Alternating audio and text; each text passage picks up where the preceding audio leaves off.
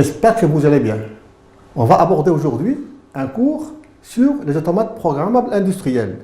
On avait vu la séance dernière les graph-sets, comment évolue un graph-set. Maintenant, on va essayer d'appliquer le graph-set aux automates programmables industriels. Et on avait dit qu'un système automatisé se comporte de deux choses essentielles, la partie opérative et la partie commande. Donc nous, on va s'intéresser à la partie commande aux automates programmables industriels. Qu'est-ce que c'est qu'un automate programmable industriel? Donc, dans vos établissements, en général, qui abritent les sciences et technologies mécaniques et électriques, ils sont munis de ce dispositif didactisé de gestion de parking automatique. Donc l'automate, en général, c'est une partie qui se trouve dans cette machine et qui, après un agrandissement, on peut le voir ici, est muni d'un petit écran pour visualiser ce qui se passe à l'intérieur et de deux interfaces externes. De quoi est composé un automate programmable industriel, un API? Comment ça fonctionne? On va essayer de voir ça ensemble. Bon, un API, c'est un élément, une petite machine, un petit boîtier auquel on envoie de l'énergie électrique, on compile un petit programme et en fonction des consignes qui arrivent de l'interface en machine, c'est-à-dire de l'opérateur, il traite les informations et par conséquent nous donne des ordres qu'il envoie à la partie au préactionneur, c'est-à-dire la partie qui va réaliser l'action, et aussi il nous délivre des messages vers l'interface en machine, c'est-à-dire vers l'opérateur. Et aussi un compte rendu vers la partie commande pour voir est-ce que ces ordres ont été exécutés ou pas. Donc le rôle de l'automate de l'API, c'est de traiter les informations entrantes pour émettre des ordres de sortie en fonction d'un programme.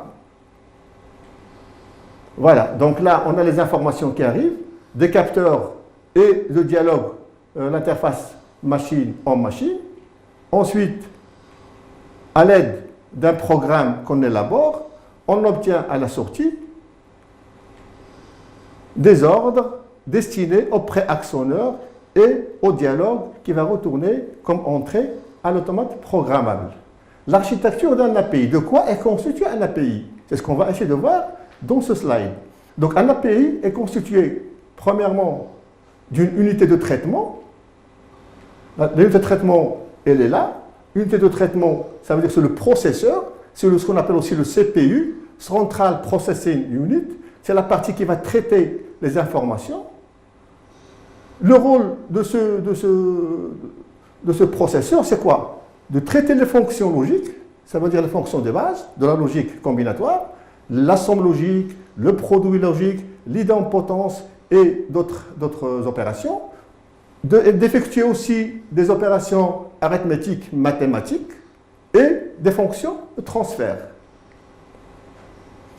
Ensuite, il est constitué, à part de CPU, d'une zone, ce qu'on appelle une zone mémoire. C'est la zone qui va contenir le programme et c'est la zone qui va permettre aussi de récolter les informations émanant des capteurs. Donc cette zone mémoire va permettre, premièrement, de contenir le programme qu'on a compilé, ensuite de récolter les informations émanant des capteurs, parce qu'une information, il peut arriver à l'automate alors que l'automate n'en a pas besoin. Donc qu'est-ce qu'il fait? Il va la stocker dans la mémoire jusqu'au moment voulu, jusqu'au moment opportun pour la sortir, pour la traiter. Et aussi de communiquer directement avec le processeur. Bon, l'action possible sur une mémoire, donc une mémoire, on a le droit d'écrire dessus, de lire le contenu de la mémoire et aussi de l'effacer en cas de besoin. Ça va nous permettre bien évidemment de compiler un programme, une fois terminé, de l'effacer pour en compiler un autre. Donc l'interface d'entrée-sortie, il y a l'interface d'entrée, ça veut dire que c'est l'interface qui va récolter les informations émanant des capteurs et de l'interface en machine. Ensuite, une interface de sortie, c'est l'interface de laquelle vont partir les informations et les ordres destinés au préactionneur pour réaliser les actions souhaitées. Et bien évidemment, la signalisation qui elle est destinée bien évidemment à l'opérateur. Bon, la console de programmation, c'est un petit terminal qui va nous permettre de saisir le programme et l'introduire, bien sûr, à la zone mémoire de l'automate, de l'API. On peut aussi éventuellement utiliser cet automate et le connecter directement avec un PC, de saisir le programme dans le PC et puis de le transférer via un câble à l'automate. Ensuite, d'un module d'alimentation qui va alimenter l'automate en énergie électrique, parce qu'un automate en général, il travaille avec une tension de 24 volts, mais n'empêche qu'on le branche dans le secteur 220. Donc on a besoin de petits modules d'alimentation pour transformer et abaisser la tension jusqu'à la tension d'utilisation. Donc là, on va voir entre l'architecture d'un API, comment il fonctionne, comment l'API il fonctionne. Qu'est-ce qui se passe à l'intérieur de l'automate. Donc on a les bus d'entrée-sortie, on a l'unité de traitement, ça veut dire le CPU, on a la RAM, on a le module d'entrée et le module de sortie, ce qu'on avait vu avant. Comment ça fonctionne? La première tâche de l'automate, quand on le met sous tension, la première des choses qu'il fait, gestion du système autocontrôle de l'automate. Donc l'automate, il s'autocontrôle lui-même. Dès que vous le mettez sous tension, il y a un petit programme, un mini-logiciel à l'intérieur qui va lui permettre un peu de s'autodéfinir, s'autodéterminer pour voir dans quelle situation il est, qu'est-ce qu'il a comme programme à l'intérieur. C'est la première des tâches. Donc c'est comme pour un ordinateur, c'est comme le BIOS. La deuxième des tâches, acquisition des données, entrée, mémorisation. Donc là, une fois c'est fait, il récolte les informations. Si on refait un peu le slide, vous allez voir, voilà. Première tâche, on a dit gestion système. Deuxième tâche, lecture, récolte. Il lit les entrées à travers un bus, il les envoie à l'unité de traitement qui les stocke dans la RAM, dans la mémoire. Donc toutes les entrées émanant des capteurs, elles sont lises et elles sont transférées vers la RAM. La troisième tâche, il communique avec la RAM. Ça veut dire l'unité centrale, le CPU, le processeur, il va télécharger le programme contenu de la RAM et il va l'appliquer aux entrées qu'il a reçues. D'accord? Donc, traitement des données, exécution du programme. Il exécute son programme. Mais une fois le programme exécuté, qu'est-ce qu'il fait? Qu'est-ce qu'il va faire? Il va envoyer des ordres via un bus vers le module de sortie. Et ce module de sortie, il va envoyer les informations et les ordres au préactionneur pour réaliser et effectuer les actions nécessaires. Là, c'est ce qu'on appelle le hard, la partie matérielle. Maintenant, on va voir la partie logicielle. De quoi est composé et c'est constitué un logiciel ou un programme d'automate. Le programme séquentiel principal et le postérieur. Donc, pour élaborer un programme, on passe par deux étapes. La première étape, c'est on réalise ce qu'on appelle un programme séquentiel principal, en premier lieu, et en second lieu, on réalise un programme postérieur. C'est ce qu'on va voir par la suite. Bon, traitement du programme automate. Première des étapes, des tâches qu'on a dit, c'est traitement interne, une scrutation du programme, de l'automate. Ensuite, lecture des entrées, il lit les entrées émanant des capteurs et de consignes de l'interface homme-machine. Ensuite, exécution du programme contenu dans sa mémoire et bien évidemment écriture des sorties. Ça veut dire l'envoi des ordres vers le préactionneur, vers la partie opérative. Bon, le langage de la programmation, on a trois types de langage. Il y a le langage à contexte, ce qu'on appelle le langage ladder. Il y a le langage, une liste d'instructions, instruction list. Et le troisième langage, c'est le langage graph-set, le langage séquentiel, function chart, le CFC. On va voir en détail. Premier langage ladder, c'est un langage qui ressemble un peu au schéma électrique et qu'on représente les entrées, comme vous le voyez ici, comme des interrupteurs, d'accord? Et les sorties comme une espèce de bobine. Deuxième langage, le traitement postérieur, c'est le langage, une liste d'instructions. Qu'est-ce qu'on va faire? On va utiliser un langage qui peut s'apparenter au basique ou au DOS. Par exemple ici, LD, ça veut dire load, l'entrée X1. D'accord? Un set mise à 1 de la sortie Q1, 1. La même chose, load, l'entrée X2, set la sortie. Donc, on lit l'entrée et on octroie un ordre vers la sortie. Et puis, il y a le troisième type de langage, c'est le langage graph7. C'est un langage très simple. Donc, on réalise le graph7. Ensuite, on schématise, par exemple, l'étape initiale par un petit symbole.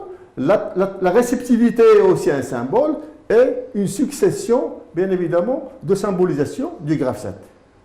Ben nous, on va s'intéresser surtout au langage ladder, langage à contact. C'est le langage le plus utilisé dans l'industrie. C'est ce que vous trouverez dans tous les automates industriels. Bon, on va revenir maintenant pour mettre en application ce qu'on vient de voir, un exemple de gestion de parking automatique. Ça veut dire l'accès, il est automatisé. On n'a pas besoin d'un opérateur pour gérer l'entrée et la sortie des véhicules. Donc cet exemple, on l'a déjà vu, on l'a déjà traité dans le graph7. Le fonctionnement est le suivant. À la présence d'un véhicule, la barrière s'ouvre. La LED rouge s'allume. Donc dès qu'il y a un véhicule présent ici, il va être capté, détecté par ce capteur B1. Automatiquement, ça va intimer l'ordre à la barrière de s'ouvrir et à la lampe rouge, la LED rouge de s'allumer, rester allumée. Pourquoi? Parce que le conducteur n'a pas le droit de rentrer. À l'ouverture complète de la barrière, dès que la barrière est position haute, complètement ouverte, à ce moment-là, la LED verte s'allume. Donc la LED verte s'allume, ça veut dire qu'elle va inviter le conducteur à rentrer. À l'entrée du véhicule, la LED rouge s'allume et la barrière se ferme. Une fois que le véhicule est rentré, donc il va automatiquement être capté, détecté et actionner un capteur B2 qui va donner l'ordre à la barrière de se baisser et au feu rouge de s'allumer. Ça, c'est le fonctionnement du système. Donc, ce qui nous intéresse, nous, le plus, et pour qu'on puisse un peu automatiser ce système, on a besoin de savoir, de connaître premièrement les actions qui doivent être effectuées, ça veut dire les ordres qui doivent émaner de l'automate programmable. Et en l'occurrence, on a les actions, 4 actions, allumer LED rouge, allumer LED verte, ouvrir barrière, fermer barrière. Donc on a 3 actions. Donc l'automate, une fois le programme établi, doit pouvoir nous délivrer ces 3 ordres. Ensuite, ces ordres, ces actions, qui est-ce qui va les exécuter? Donc ça veut dire les actionneurs ou les préactionneurs. Donc pour les actionneurs, pour allumer la LED verte et LED rouge, c'est un voyant, une lampe. Pour l'ouverture et la fermeture de la barrière, c'est un moteur électrique. D'accord? Donc pour les voyants, le préactionneur, ça veut dire l'élément qui va commander, envoyer l'énergie électrique au voyant, on peut utiliser carrément un contact auxiliaire, ce qu'on appelle un contact auxiliaire. La même chose pour un moteur, on va utiliser un contact auxiliaire ou un contact moteur, un KA1 ou un KA2, ça veut dire un K destiné pour ouvrir la barrière et un K avant et l'autre arrière. Donc les sorties de l'automate, on va déclencher les sorties Q1 dans un automate. Les entrées, ils sont repérées par I comme input et les sorties par Q long. On n'a pas mis output O parce que O, on peut se tromper, on peut la mélanger avec le 0. Donc ils ont préféré mettre Q. Donc on a la sortie Q1, Q2, Q3 et Q4. Donc nous, on va s'intéresser à la partie API, aux sorties. Mais à part les actions, il y a aussi les réceptivités, comme on a vu dans le graph7. Les réceptivités, c'est quoi? C'est les informations qui vont arriver, soit de l'interface homme-machine, soit des capteurs. Donc la barrière est fermée. Si la barrière est fermée, ça veut dire qu'elle va actionner le capteur S2. Donc S2 va délivrer une information. Si la barrière est ouverte, il va déclencher le capteur S1. Ça veut dire que la barrière est position haute. Donc S1 doit délivrer une information. Présence d'un véhicule, ça veut dire B1. Il délivre une information. Entrée d'un véhicule, ça veut dire c'est B2. Donc là, ce sont les informations que l'automate doit récolter pour, en fonction de ces informations, délivrer d'ordre. Donc on va s'intéresser, nous, à ça. Donc les capteurs S2, S1, B1, B2, qui vont correspondre dans l'automate aux entrées IC, ça veut dire input, l'entrée C, IB, I1 et I2.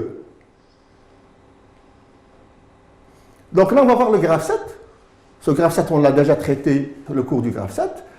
Point de vue du système, à l'étape initiale, il n'y a pas de véhicule, il n'y a rien. Le système est à l'arrêt. Présence d'un véhicule. Un véhicule est présent. Donc automatiquement, ouverture de la barrière et feu rouge ou LED rouge allumé. La barrière est levée, donc la LED verte va s'allumer, invitant l'automobiliste, le conducteur à entrer.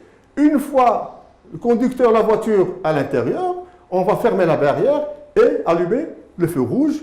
Une fois la barrière en basse, on revient à la position initiale en attente d'un autre véhicule. Ça, c'est du point de vue système. Et si vous voyez, on n'a utilisé que des verbes et des phrases affirmatives et des phrases déclaratives. Ensuite, le point de vue partie opérative. Là, on remplace les phrases par une symbolisation. Présence d'un véhicule. Cette présence des véhicules, elle est obtenue à l'aide des capteurs B1, présence de voiture, et le capteur S2, barrière haute. Ou barrière, pardon, basse. La même chose ici, ouvrir la barrière, ça veut dire qu'on va utiliser un moteur qui va tourner sens avant. Et la lampe rouge. La barrière est levée, ça veut dire on enclenche, on va actionner le capteur S1. Allumer V, c'est le vert qui va s'allumer. Ensuite, l'accès d'un véhicule, on va déclencher, on va actionner B2, ainsi de suite jusqu'à S2 et on revient. Ça, point de vue partie opérative. On va voir maintenant point de vue partie commande. Voilà, donc on a remplacé présence par BA, on a remplacé ça par mouvement avant. Et le point de vue partie commande, on a utilisé les entrées. On n'a pas utilisé les capteurs, l'appellation désignation des capteurs, mais aux entrées qu'on a affectées à ces capteurs. Par exemple, à BA, on a affecté l'entrée I1. Et pour S2, on a affecté à l'automate l'entrée IC, ainsi de suite. Et là, au lieu de dire, par exemple, moteur avant, on a commandé, on a utilisé le préactionneur, le contacteur avant qui va envoyer l'énergie au moteur pour le mettre dans le sens de rotation avant. Voilà. Donc ici, mouvement arrière, c'est K arrière. Ça veut dire contacteur auxiliaire qui commande le moteur sens arrière. Maintenant, du point de vue opératif, c'est la même chose que le tableau qu'on avait vu. La même chose pour la partie commande, mais pour la partie API, automate programmable, voilà. Donc au lieu de dire par exemple ici B1, S2, input l'entrée 1 et l'entrée C. Mais pour les sorties, pour les autres, c'est la sortie octroyée et affectée au contacteur auxiliaire avant, c'est la sortie 3. Par contre, affectée à la lampe rouge, c'est la sortie 1. À la lampe verte ou la LED verte, c'est la sortie 2. Et la même chose ici, Q3 et Q1. Donc là, c'est un graphe 7 de partie vue, partie API, automate. Voilà. Donc au lieu de dire K, contacteur auxiliaire arrière, on a mis l'adresse lui est affectée. On va revenir un peu à notre schéma, à notre parking, et on va essayer un peu d'élaborer les équations d'activation et désactivation. Donc, la condition d'activation d'une étape I, quand est-ce qu'une étape I est active? Une étape I est active si l'étape précédente I-1 est active et c'est un produit logique. Et, ce n'est pas un point, un produit logique. Et la transition d'activation de l'étape est validée. D'accord? Il faut que l'étape soit active et ça, c'est parmi les règles d'évolution du graphe 7. Ce sont les activations d'une étape. Pour désactiver, condition désactivation étape I, il faut que l'étape précédente, enfin l'étape I plus 1, ça veut dire l'étape suivante, soit active. En d'autres termes, l'activation d'une étape, pour qu'elle s'active, il faut que l'étape précédente soit active et il faut que la réceptivité soit vraie. Mais pour la désactiver, il faut activer l'étape suivante. On est bien d'accord? Donc on va voir notre graphe 7 et on va essayer de voir un peu la mise en équation pour le moteur. Donc pour le moteur, on a les étapes qui commandent le moteur, c'est l'étape M2 et l'étape M4. Donc pour l'étape 2, c'est le moteur avant. Et l'étape 4, c'est le moteur arrière. Donc l'équation logique d'activation et désactivation, condition d'activation de l'étape, on a dit MI, il faut que l'étape précédente soit active et la réceptivité soit vraie. Dans ce cas, pour le langage de l'automate, qu'est-ce qu'on lui dit? On lui dit SE7MI. Ça veut dire mettre à 1 l'étape I. La mise à 1 de l'étape I.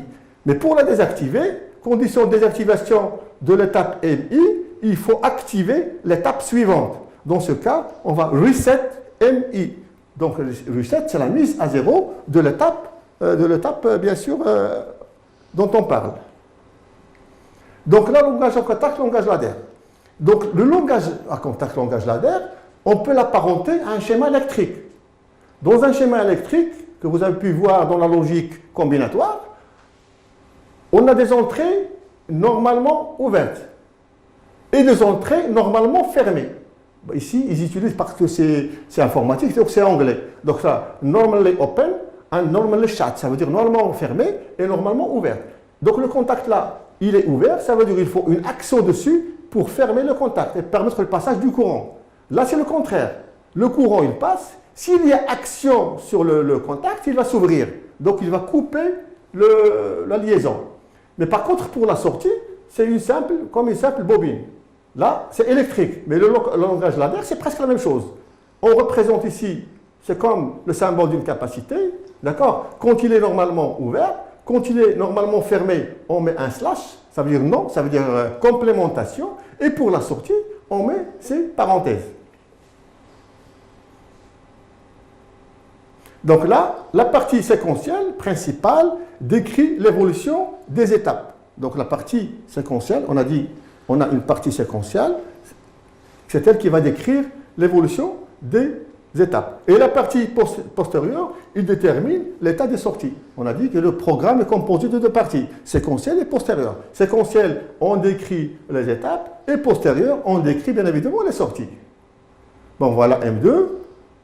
Condition d'activation de l'étape 2, il faut que l'étape précédente soit active, c'est-à-dire que l'étape M1 soit active, d'accord? Et il faut que la condition, la réceptivité I1 et IC soit vraie, est égale à 1. À ce moment-là, la transition qui était validée, il va être franchie. Et si on franchit une transition, on désactive l'étape précédente et on active l'étape suivante. Mais pour condition bien sûr, de désactivation de M2, on active M3. Donc pour désactiver cette étape, il suffit d'activer celle-là. Donc la partie postérieure détermine, on a dit, l'état des sorties.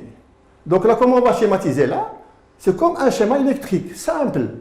D'accord? Donc on a ici M2, à laquelle on a la sortie Q3. D'accord? Q3, ça veut dire moteur M2. Donc M1 et I1 et C. C'est un montage en série. Un montage en série, l'un après l'autre. D'accord? Puisqu'on a un produit logique. C'est ce qu'on fait. On a le contact M1 en série avec le contact I1, en série avec le contact IC, et à la sortie, on a S7 mise à 1 de M2. Mise à 1 de l'étape M2. D'accord? Donc, pour condition de désactivation de l'étape M2, il faut activer l'étape M3. Donc, il suffit, donc ça veut dire que M3 va mettre à 0 l'étape M2. C'est ce qu'on met, M3, voilà, toute seule, reset M2. Donc, l'automate, dès qu'il y a M3, il va commander la mise à 0 de l'étape M2. Donc c'est très simple comme langage. À quoi est égal maintenant Q1? Q1. À quoi est égal l'équation de Q1? On remarque que Q1 existe dans l'étape M2 et dans l'étape M4. D'accord? Donc Q1 va dépendre de M2 ou de M4. Donc E1 est égal à M2 ou somme logique. C'est une somme logique, pas algébrique. Donc M2 ou M4. Et on sait que quand on a un produit, le schéma est en série. Quand on a une somme logique, le schéma en général est en parallèle. Ça veut dire l'un à côté de l'autre. On va voir un peu le schéma que ça va nous donner. Donc on a M2, le contact M2. D'accord? Directement, il met la sortie Q1 et en parallèle, ou M4 qui va aussi mettre la sortie Q1 à 1. D'accord? Donc cette sortie, elle va dépendre ou de M2 ou de M4. Donc là, c'est une somme logique, ou l'un ou l'autre. Bon, on va passer maintenant pour développer ensemble le langage ladder à contact. Donc on a le graphe 7 ici. D'accord? Donc ce graphe 7, il suffit un peu de lire l'évolution, les règles d'évolution du graphe 7, que pour activer une étape, par exemple M2, j'ai besoin de l'étape M1 soit active et de la réceptivité vraie pour activer, mais pour désactiver M2, j'ai besoin d'activer M3. On va appliquer ça ici. Donc pour activer l'étape M1, pour la mettre à 1, 7 M1, de quoi j'ai besoin? J'ai besoin que M4 soit active et que IC soit vrai. Donc M4 active, IC est vrai, automatiquement, je vais activer l'étape M1. Mais du moment que c'est une étape initiale, je dois m'assurer que toutes ces étapes sont désactivées. Donc c'est une condition que je vais ajouter à mon schéma. Je désactive M2, M3 et M4 pour que je puisse activer S1. Donc c'est une condition de sécurité du moment que c'est une étape initiale. Donc pour activer maintenant l'étape M2, j'ai besoin de M1, IC, II1. Voilà. Pour activer M2, j'ai besoin de M1, IC, I1 et ici pour la mise à 1 de l'étape M2. Mais par contre, pour désactiver M2, je dois activer M3. Donc je le mentionne ici. M3 va reset, mettre à 0 l'étape 2. La même chose pour mettre à 1, pour activer l'étape 3. Regardez ici, j'ai besoin d'activer que M2 soit active et que cette réceptivité soit vraie. IB. Donc M2 et IB nous donnent l'activation de l'étape 3. Sachant que, bien évidemment, ça, c'est un produit. Là, si vous voulez, ce sont des produits logiques. Donc, je dois réaliser un montage en série. Mais pour désactiver M3, j'active M4, et c'est M4 qui va désactiver M3. La même chose ici, pour activer M4, j'ai besoin d'activer M3 et que I2 soit vrai, réceptivité vraie. Donc M3 et I2 va permettre l'activation, la mise à 1 de l'étape M4. Mais pour la désactiver, j'active l'étape 1 qui va désactiver quant à elle l'étape M4. Là, c'est le traitement séquentiel. Maintenant, la partie postérieure. Dans la partie postérieure, je traite les sorties. Ça veut dire pour chaque sortie, quelles sont les étapes qui me donnent cette sortie. Donc si vous regardez la sortie Q1, dans le graphe 7, la sortie Q1, elle est obtenue par deux étapes, par M2 et par M4. Donc M2 ou somme logique M4 va me permettre d'avoir Q1. Donc M2 ou, on a dit que ou, on réalise un montage en parallèle. Donc M2 ou M4 me permet d'avoir la sortie Q1. Par contre, pour la sortie Q2, je regarde mon graphe 7, c'est M3. Donc M3, la sortie automatiquement Q2. Pour la sortie Q3, je regarde Q3, c'est M2. Donc M2 me permet d'avoir la sortie Q3.